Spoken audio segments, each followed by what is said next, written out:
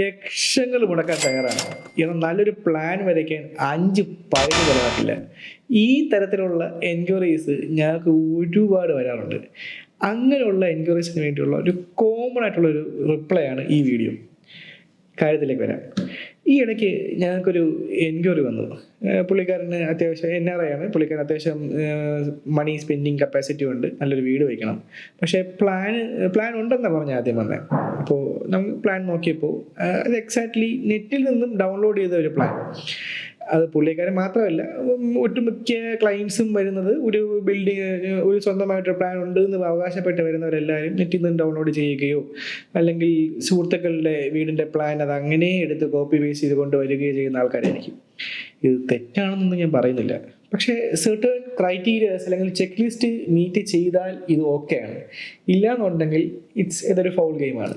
ഒരു plan design ചെയ്യാൻ വേണ്ടി ഒരു ആർക്കിടെക്റ്റിനെ നിങ്ങൾ അപ്രോച്ച് ചെയ്യുന്നതിന് മുന്നേ, അല്ലെങ്കിൽ ഒരു നെറ്റിൽ നിന്ന് ഒരു പ്ലാൻ ഡൗൺലോഡ് ചെയ്ത് ഇതാണ് എൻ്റെ വീട് എന്ന് സ്വയം ചിന്തിക്കുന്നതിന് മുന്നേ കുറച്ച് കാര്യങ്ങൾ നിങ്ങൾ ഹോംവർക്ക് ചെയ്യേണ്ടതുണ്ട്. ഒന്നാമതായി, ഒരു പ്ലാൻ ഡിസൈൻ അല്ലെങ്കിൽ ഒരു പ്ലാൻ ഡിസൈൻ ചെയ്യാൻ നിങ്ങൾ അപ്രോച്ച് ചെയ്യും മുമ്പ് നിങ്ങളെ ഫാമിലിയുമായിട്ടൊരു ഡിസ്കഷൻ നിങ്ങൾ ചെയ്യണം. കാരണം ഒരു വീട് എന്ന് പറയുന്നത് നിങ്ങളുടെ മാത്രം സ്വപ്നമല്ല, അതൊരു കളക്റ്റീവായിട്ടുള്ള ഒരു ഡ്രീമാണ്.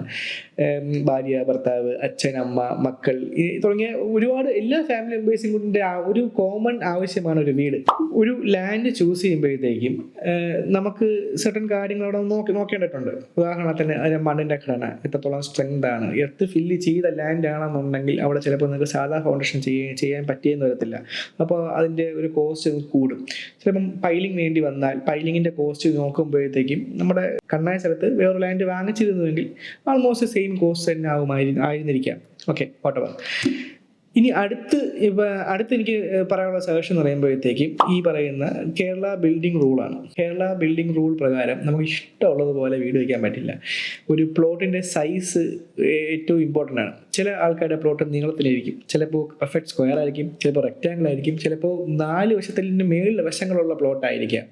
അപ്പോൾ കേരള ബിൽഡിംഗ് റൂൾ പ്രകാരം സെർട്ടൈൻ സെറ്റ് ബാക്സ് വിട്ടായിരിക്കും ഒരു ബിൽഡിംഗ് എപ്പോഴും പണിയാൻ പറ്റുക.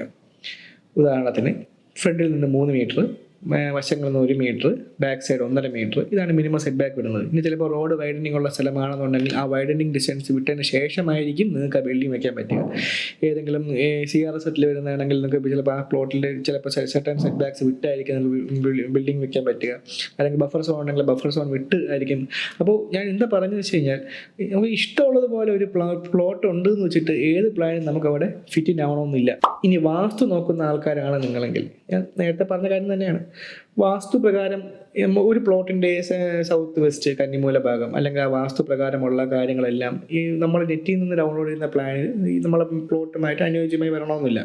അപ്പോൾ കൺസ്ട്രക്ഷൻ ചെയ്യുന്ന സമയത്ത് വാസ്തു അഭിപ്രായം പറയുവാണെങ്കിൽ ആ വാസ്തു പ്രകാരം ഇവിടെ ഇത് വരാൻ പാടില്ല, ബെഡ്റൂം വരാൻ പാടില്ല, അല്ലെങ്കിൽ ബാത്റൂം വരാൻ പാടില്ല എന്നൊരു അഭിപ്രായം വന്നാൽ ആ സമയത്ത് ഈ പറയുന്ന കെട്ടിയ റൂം അല്ലെങ്കിൽ കെട്ടിയ കെട്ടിടത്തിൻ്റെ വശങ്ങളെല്ലാം ഇടിച്ച് വീണ്ടും പുതുക്കി പണിയേണ്ടി വരും. അങ്ങനെ പല സിറ്റുവേഷൻസ് ഞങ്ങൾ കണ്ടിട്ടുണ്ട്. അതുകൊണ്ടാണ് പറയുന്നത്.